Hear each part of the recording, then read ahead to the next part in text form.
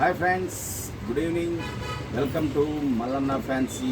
నేను మీ మల్లన్న. ఈరోజైతే మనం కొత్త ఐటెం తీసుకొని వచ్చాం.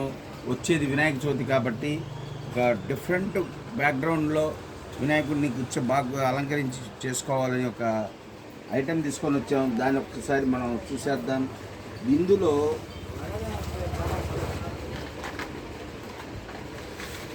చూడండి ఫ్రెండ్స్, ఇందులో ఒక 15 ఐటమ్స్ ఉంటాయి. ఇలాంటివే డిఫరెంట్ షేప్స్, డిఫరెంట్ మోడల్స్ ఉంటాయి.